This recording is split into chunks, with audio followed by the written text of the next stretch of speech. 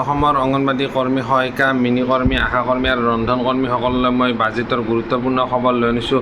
মোৰ চেনেলত যদি পোনপ্ৰথমবাৰৰ বাবে আহিছে তেন্তে মোৰ চেনেলটো ছাবস্ক্ৰাইব কৰি ল'ব। অংগনবাড়ী কৰ্মী সহায়িকা মিনি কৰ্মী আশা কৰ্মী ৰন্ধন কৰ্মীসকলৰ দৰমহা বৃদ্ধিৰ পোনপ্ৰথমে খবৰ আপোনালোকে লাভ কৰিবলৈ তো গাইজ দেৰি নকৰি কি গুৰুত্বপূৰ্ণ খবৰটো শেষলৈকে চাওঁ আহক।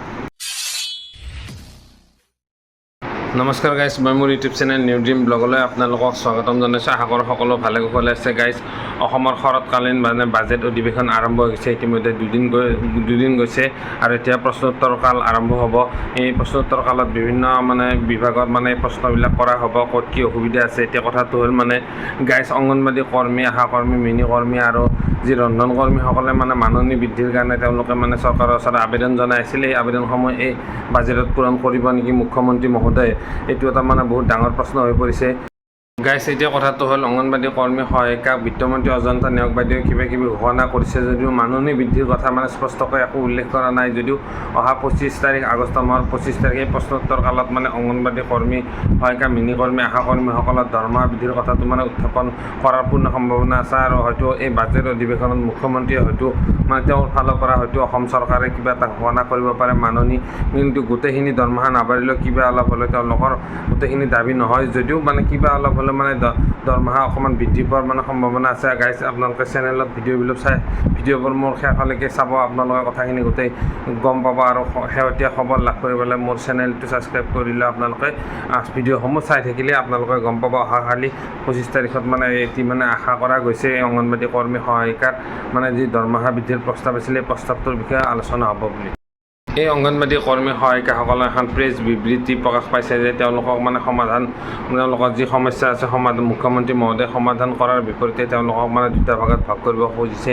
এই অংগনবাড়ী কৰ্মী সহায়িকা সন্থা 1,29,000 প্ৰায় এই অংগনবাড়ী কৰ্মী সহায়িকা সন্থা আছে। তেওঁলোকে যি মাননি বৃদ্ধিৰ কাৰণে বিভিন্ন টাইমত আন্দোলন কৰি আহিছিলে। তেওঁলোকৰ মাজত এতিয়া কি CITUত থকা CITUত নথকা এইবিলাক ভাগ কৰিব বিচৰা হৈছে। প্ৰথমতে গাইজ, তামিলনাডু ৰাজ্যত 15 বছৰ কাম কৰা অংগনবাড়ী কৰ্মীয়ে 22,000 টকা পৰ্যন্ত দৰমহা লাভ কৰি আছে।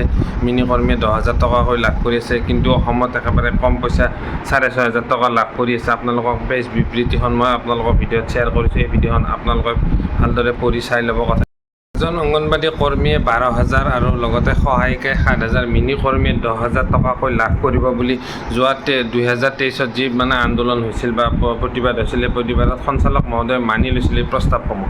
এই মানি লোৱাৰ পিছতো আজিলৈ একো কাৰ্যকৰী হৈ নুঠিলে। তেওঁলোকৰ একো মাননি বৃদ্ধি মজুৰি বৃদ্ধিৰ ক্ষেত্ৰত কোনো ধৰণৰ কাৰ্যকৰী নহ'ল। আজি বছৰ দিনৰ পিছত দিন যাই আছে। ICDS নামৰ ইমান এটা গুৰুত্বপূৰ্ণ বিভাগত এনেকুৱা ধৰণৰ যদি হেমাহি হৈ থাকে তেন্তে কেনেদৰে উন্নতি সাধন হ'ব আপোনালোকে কওকচোন বাৰু, কমেণ্ট কৰি নিশ্চয় জনাব। একেবাৰে তেওঁলোক বহুত অসন্তুষ্ট হৈছে। যিহেতু চৰকাৰলৈও আমাৰ চেনেলৰ তৰফৰ পৰা বিশেষ অনুৰোধ, এই বাজেট অধিৱেশনতে অংগনবাড়ী কৰ্মী সহায়িকা মিনি কৰ্মী আশা কৰ্মী আৰু ৰন্ধন কৰ্মীসকলৰ মাননিটো আপোনালোকে চাই সোনকালে বৃদ্ধি কৰাৰ এটা ব্যৱস্থা কৰি দিয়েছে।